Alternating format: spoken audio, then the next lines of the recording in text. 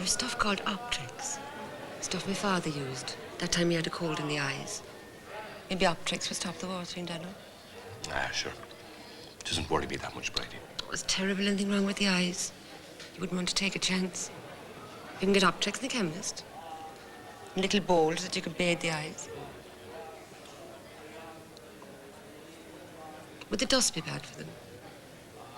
Dust and grit and sand, that be the cause of it? I don't think so, Bridie. I was only thinking of working on the roads, you know. It's the only work I know. Maybe it's not the right occupation for someone who has a weakness with the eyes. Maybe you'd be better off on a farm. There's less dust flying on a farm. It's a healthy life. I heard that on the wireless. I heard them saying it's the healthiest life you could choose. I never worked on a farm. It has variety. You enjoy it so? Only I thought with your father, the way he is it. Sometimes it's heavy going. That's what I thought it must be. Another pair of hands would fix it. Some young fella, maybe. Oh, no, he wouldn't have a young fella about the place. Not worth their salt, he says. I suppose he's right. I suppose they'd each out a house and home. They would. You never thought of that kind of work then for yourself?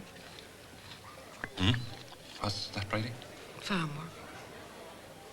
Oh, I never considered it. I've no knowledge of that type of thing.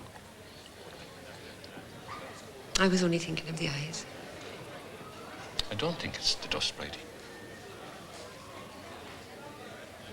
I have a little drop of it left. I could bring it over to you tomorrow night. Don't worry about it. Oh, it's no bother at all, honestly. Mrs. Griffin has fixed me up with a test with Dr. Creedy. And the old eyes don't worry me only when I'm reading the paper or out at the pictures. Mrs. Griffin says I'm straining them due to the lack of glasses. Mrs. Griffin? Mrs. Griffin. The landlady I have. I'm in lodgings in her house.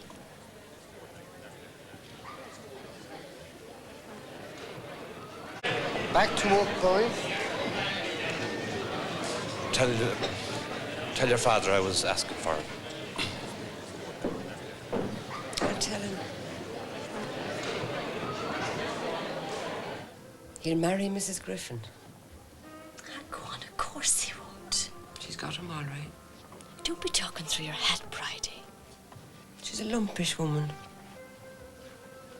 She's nearly 50 years of age, yet she's took him off me. Sure, isn't he two a penny, Bridie? She's arranging to marry him because he's kind to her afflicted son. And she's well off without him. He'd have done. He's all right. Did you never think of Bowser Egan? He has an eye for you, do you know that? When his mother dies, he'll have a place to sell. He'd move in with you and your dad and bring a bit with him, Bridie. Yeah, he'd move in all right. Sit around all day reading about greyhounds in the Independent. She'd never lift a hand, except to convey himself down to Carey's bar every night of his life. Probably buy an old car for the journey. There's some settles down in a marriage. You're on a chance with any man, Bridie. You're on a certainty with Egan. Amy, aren't I ridiculous? Coming here to a place like this at my age. Bad as Madge doubting. Of course you're not ridiculous. I've no dignity. Of course you have. You don't need it when you're young. You don't need lots of things when you're young. My father'll die. And then I'll be on my own in that farmhouse. Sure, I wouldn't want to go away now. You'll meet someone yet, Bridie. Bowser Egan. Bowser Egan. Would you prefer Tim Daly? No, nor Eyes Hoggan either. You can't change the way things are, Bridie.